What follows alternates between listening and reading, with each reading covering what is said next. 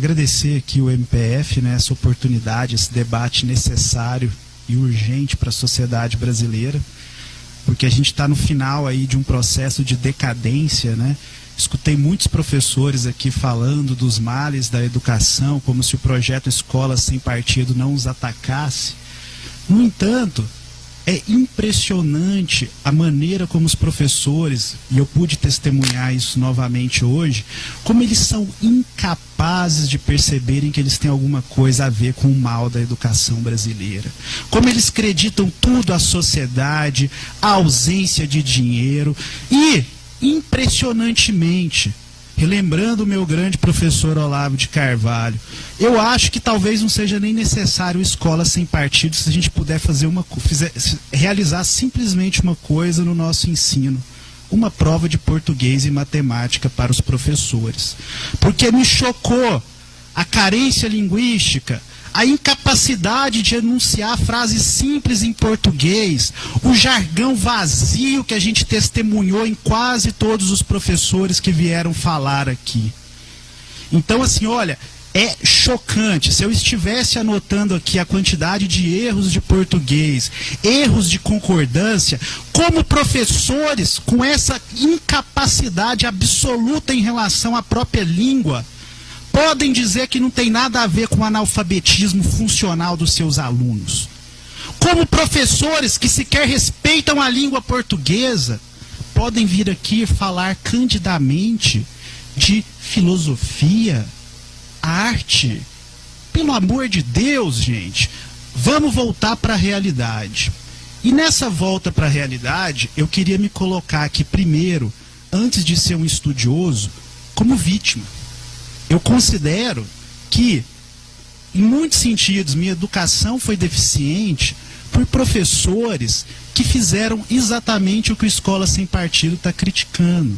Eu, graças aos meus pais, ok, vocês podem dizer, eu tive condição de estudar em uma escola particular, mas mesmo lá, testemunhei o horror de professores de sexta, quinta e sétima série fazendo doutrinação política explícita. Vamos aos exemplos. Minha sétima série, Colégio Marista de Goiânia.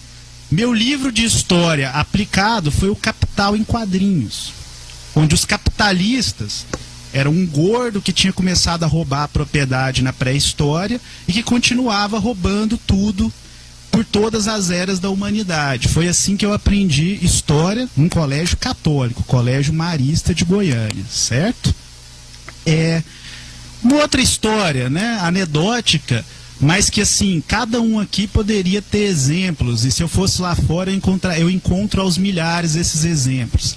Recentemente, estava numa festa na casa de uma ex-namorada e lá está a tia dela, os primos, e o primo dela começa a me inquirir sobre a Revolução Francesa, sobre a qual eu apresento uma visão crítica sobre o totalitarismo, o anticlericalismo, o assassinato de vários padres, a perseguição religiosa que aconteceu já ali, perspectivas completamente históricas e baseadas em dados históricos e científicos que hoje estão abundantemente disponíveis para todos que quiserem estudar a história de verdade.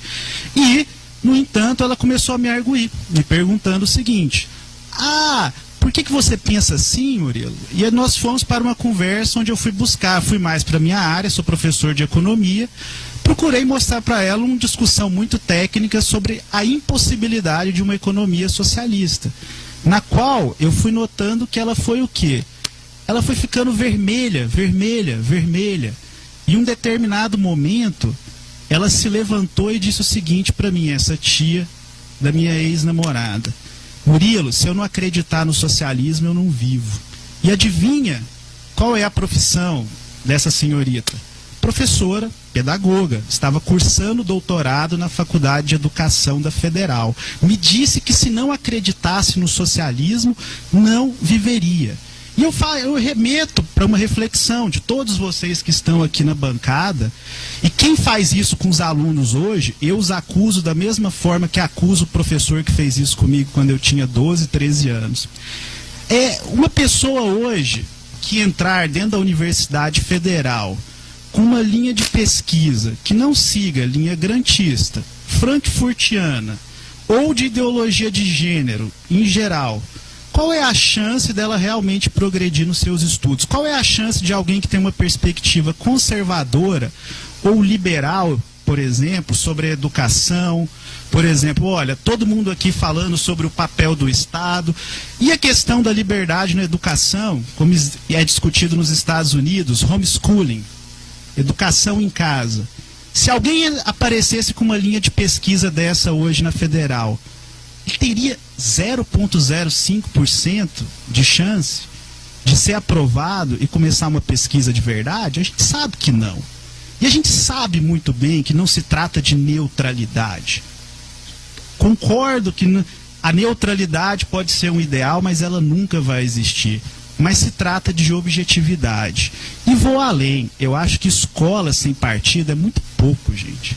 Não é questão de partido, não é só PT, PSOL, ou seja lá o que for. O que existe no Brasil, gente, desde um projeto inspirado em Antônio Gramsci, que começou 40, 50 anos atrás, toda a militância comunista foi ordenada a se infiltrar no jornalismo, nas escolas.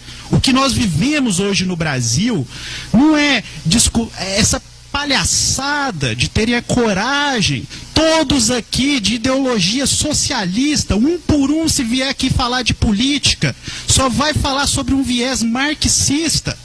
E esses mesmos têm a coragem de dizer que na educação brasileira a gente não vive no que é uma verdadeira ditadura marxista. Entendeu? Onde eu falo porque eu vi isso na minha própria educação em todos os níveis.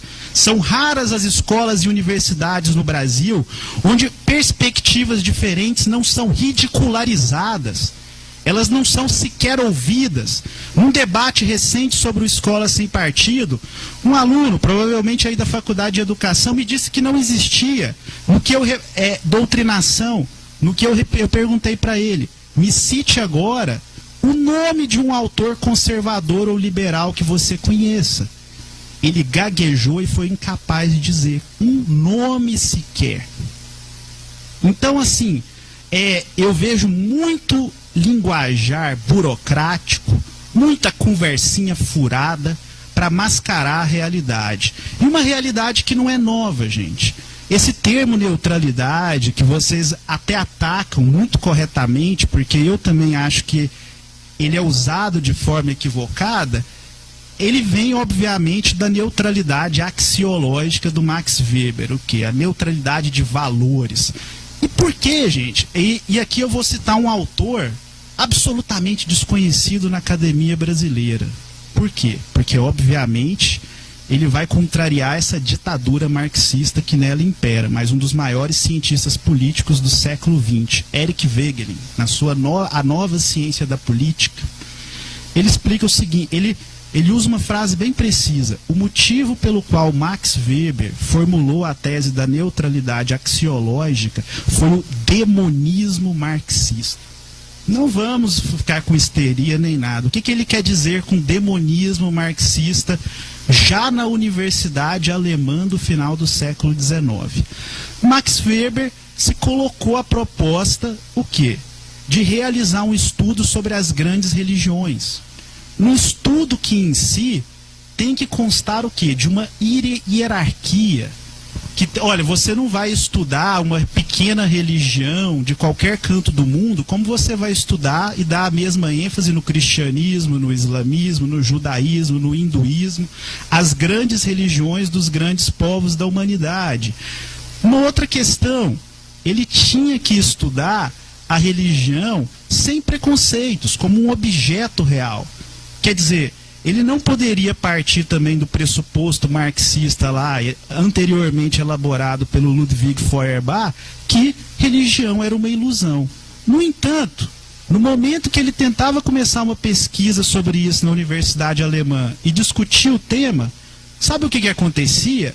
Porque na época, os marxistas e os hegelianos de esquerda já dominavam, já estavam infiltrando as universidades no mundo inteiro. E na hora que ele queria tratar a religião como um objeto sério de estudo, sem preconceitos, o que acontecia?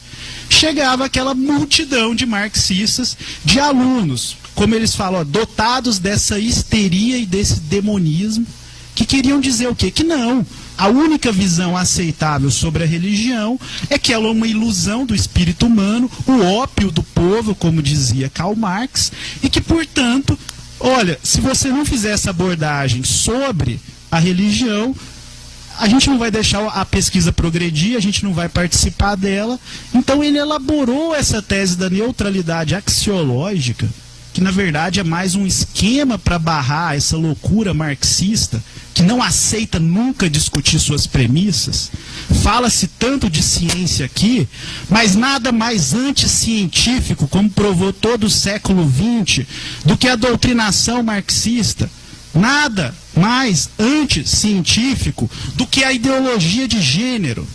Quem tiver o interesse que fique registrado, acessem, estudem isso. O Paradoxo de Gênero, documentário sobre um dos primeiros países que introduziu a ideologia de gênero, a Noruega, onde se mostra que os estudiosos dessa área são completamente ideológicos, incapazes de realizar verdadeiros estudos empíricos. Todos os estudos empíricos apontam a raiz biológica, moral, espiritual, da diferenciação sexual. Não que isso diga respeito a escolhas sexuais e nada posteriormente, mas uma diferenciação sexual que começa com a criança com 2, 3 meses.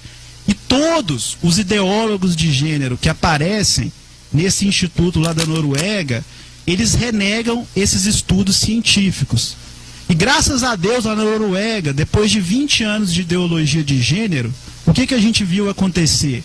Esse instituto que era financiado pelo governo perdeu as verbas estatais depois que esse documentário foi apresentado no parlamento da Noruega.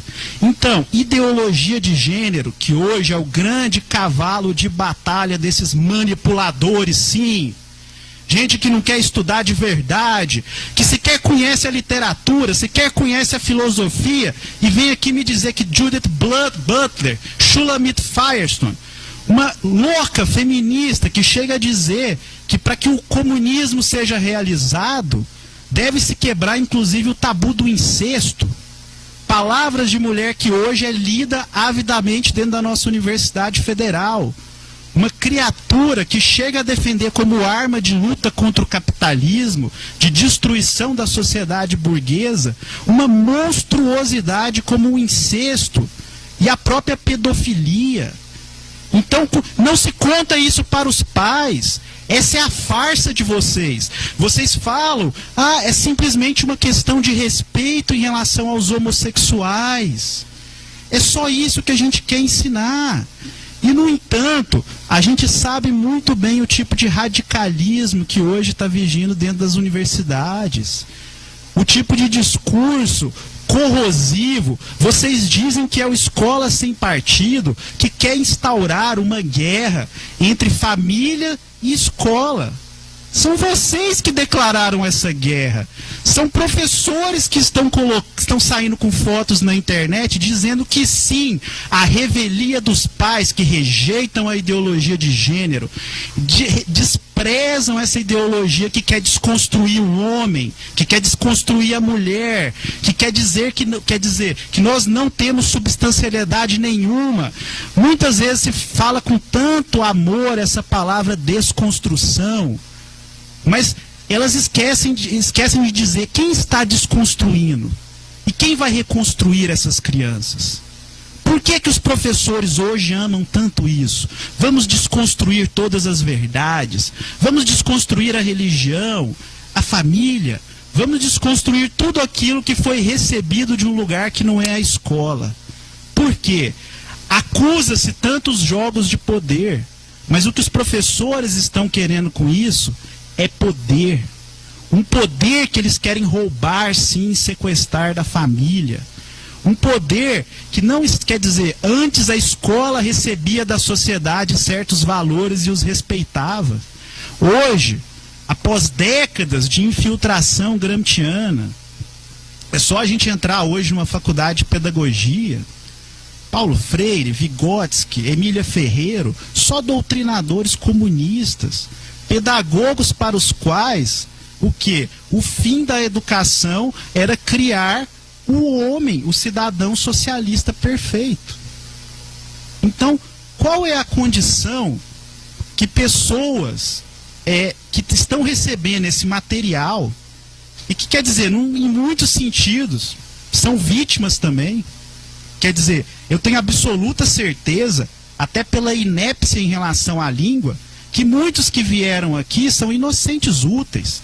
São pessoas que praticam a doutrinação marxista e de gênero sem saber o que estão fazendo, que sequer sabem quem é Judith Butler, que sequer sabem que, olha, a origem da ideologia de gênero não tem nada a ver com ciência, tem a ver com uma análise marxista, de que o marxismo não teria dado certo porque a verdadeira propriedade privada é a mulher.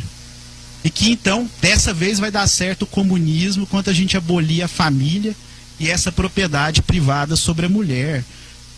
Fala-se aqui sobre que uma das funções da escola, por exemplo, como é que é a senhora mesmo que está? Karina, né? A Karina mencionou o seguinte: o direito que o ser humano tem ao seu próprio corpo. Parece tão inocente, né? No entanto, quem sabe ler as ideologias que estão por trás desse simples grito de guerra, sabe que com isso ela está se referindo também ao aborto, que é crime na legislação brasileira. A gente sabe que os professores estão espalhando essa ideia já entre os alunos, de que o aborto é um direito da mulher, que a mulher tem o pleno direito ao seu corpo. Tô mentindo? Tô.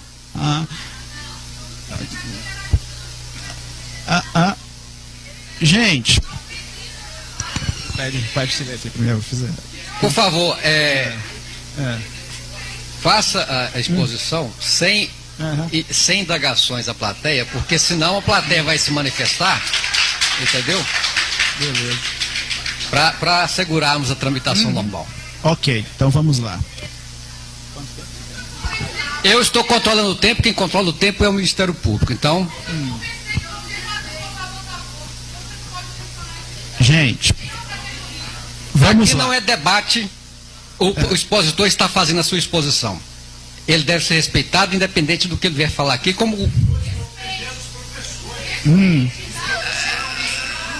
Veja bem, aqui não é debate. Se o senhor, ninguém é obrigado a permanecer nessa audiência pública. Ele está expondo a sua visão. Não, peraí, só um minuto, por favor. A audiência é do Ministério Público. Quem quiser aqui permanecer, respeite as regras estabelecidas pela audiência do Ministério Público. Eu disse que o povo vai se manifestar ao final dos debates, ao final das exposições, como eu mencionei aqui antes.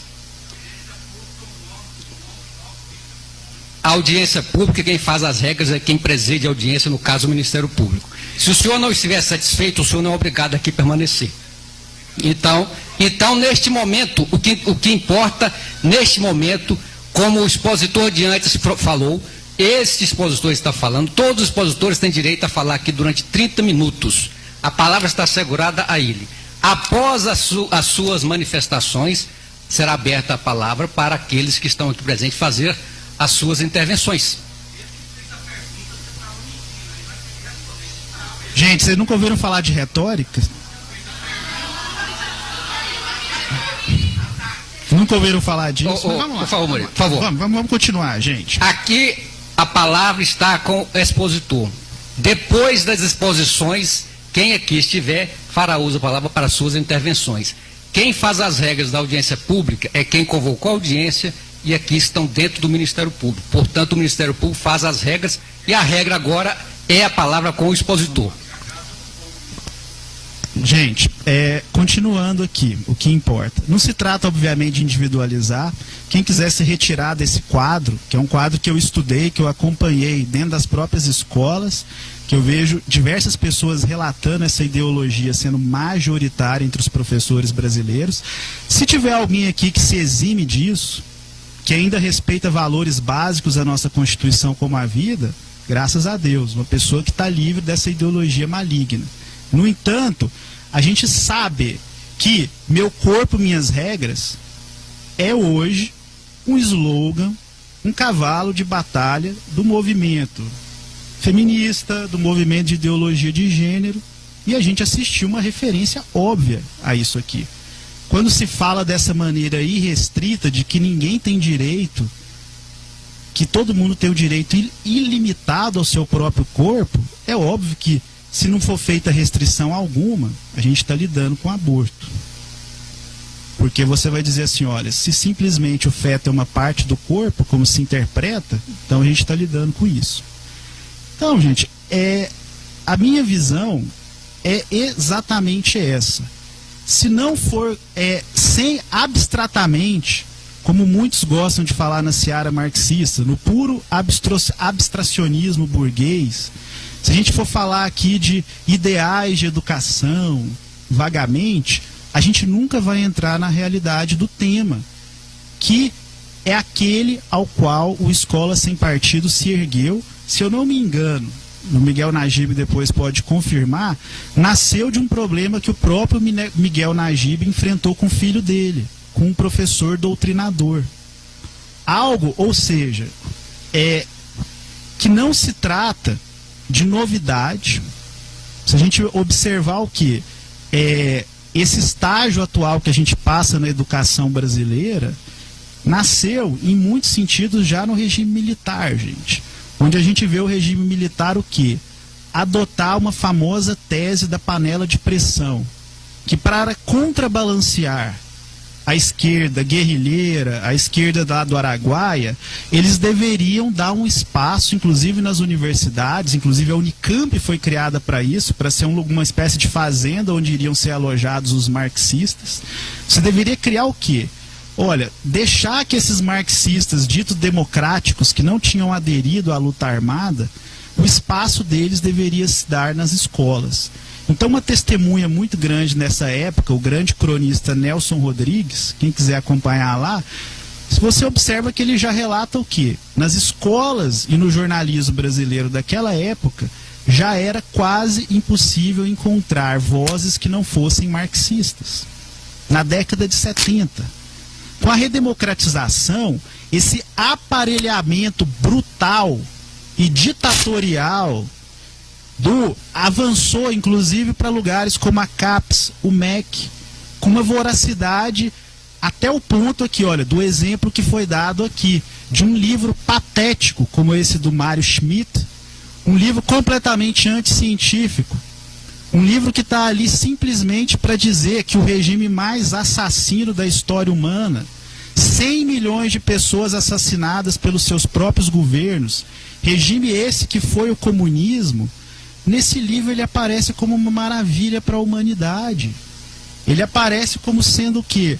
Uma esperança ainda que está ali no horizonte da humanidade para se contrapor ao maldoso regime capitalista. Esse é o livro mais didático, mais vendido da história do Brasil. Olhem, pelo amor de Deus, gente, se vocês tiverem alguma consciência, eu escutei inclusive na palestra, no debate sobre ideologia de gênero na Câmara, que se o socialismo não fosse... Eu escutei de uma professora que se levantou e disse assim, olha, se o socialismo não for implantado, se a gente não adotar a ideologia de gênero que vem dele, a humanidade vai todo mundo se matar um ao outro. Olha as pretensões messiânicas e loucas que estão implementadas nesse tipo de ideologia. E, no entanto, as pessoas que pensam como esse universo dos professores brasileiros, no sentido mais geral possível, a gente está vendo o que eles estão fazendo hoje na Venezuela, não é verdade? Novamente, a gente assiste o quê? Que aqueles que prometiam um maravilhoso mundo melhor, todos aqueles que frequentavam os fóruns sociais lá da década de 90, hoje estão escravizando mais um povo. Os nossos irmãos aqui venezuelanos que estão vivendo sobre o tacão de uma ditadura marxista. E a gente observa o quê? Que talvez o Brasil esteja se livrando dessa tragédia. E é óbvio que o Escola Sem Partido, ele se encaixa nesse contexto. Num contexto que é o quê? Gente, qualquer ser humano que tenha alguma dignidade, olha o currículo das nossas faculdades de pedagogia, sabe que precisam de uma reforma absurda, uma reforma completa, para limpar toda essa contaminação ideológica, até o ponto em que os professores voltem a se preocupar com a sala de aula e não só com filosofia da educação, ficar discutindo Paulo Freire e a criança do futuro que vai ser um jovem socialista que não vai mais ter os valores da sociedade capitalista. No dia que isso começar a ser uma curiosidade pitoresca nas faculdades de pedagogia, aí a gente vai poder discutir o quê? Ok, reformas sérias, valorizar mais os professores, como foi feito na Coreia do Sul, onde, me lembro de ver um trabalho aqui do professor Braulio, onde ele mostra o quê? Boa parte do currículo composto de matérias sobre matemática, língua local, literatura local, e muito pouco da tal filosofia da educação, que é muito mais uma desculpa para se fazer doutrinação marxista. No Brasil, a gente observa uma composição completamente diferente. Então, falar que não existe doutrinação quando esse é o perfil das nossas faculdades, o problema começa nelas.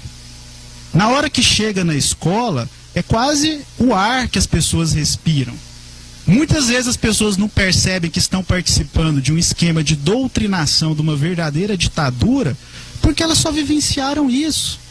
Já ouviram falar do Wegelin que eu estou falando? Ortega y Gasset? Dos grandes filósofos que que são a maior tradição da humanidade, que se contrapõem a toda essa farsa marxista, anticientífica, antissocial, antiartística, o pior flagelo que já se abateu sobre a humanidade, não conhecem e espalham essa ignorância entre os seus alunos.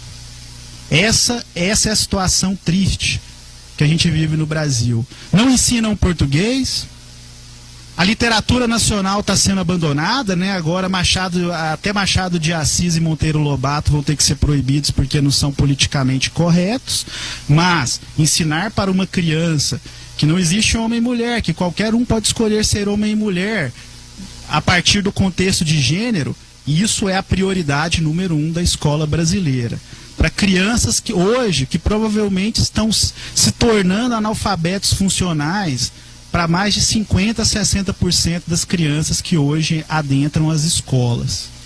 Então, antes, a gente sabe que existem problemas de valorização da carreira, saiu agora, professor universitário no Brasil recebe tão bem quanto lá fora, mas professor do ensino fundamental está defasado, a gente sabe disso.